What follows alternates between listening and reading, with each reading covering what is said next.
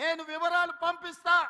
2 లక్షల వరకు ప్రతి రైతుకు ఈ రోజు రుణమాఫీ చేసిన చరిత్ర, ఇచ్చిన మాట నిలబెట్టుకున్న చరిత్ర.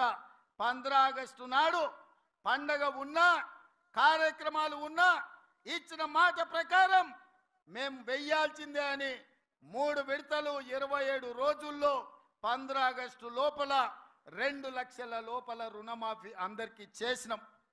ఇవాళ 2 లక్షల ఇవాళ స్పీచ్లో మాట్లాడుతుంది గాంధీ భవన్లో రాజీనామా చేస్తాన్న సన్నాసి ఎడదాక్కున్నాడు అన్నాడు. ఎడదాక్కున్నా? నీ గుండెల్లో దాక్కున్నా, నీ గుండెల్లో నిద్రపోతున్నా.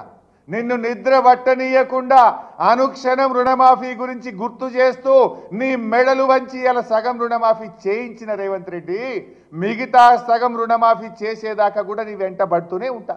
యాడుంటా? నీ గుండెలో నిద్రపోతా. అడుగడుగులో నిన్ను గుర్తు చేస్తుంటా, అడుగడుగులో నిన్ను నిలదీస్తుంటా.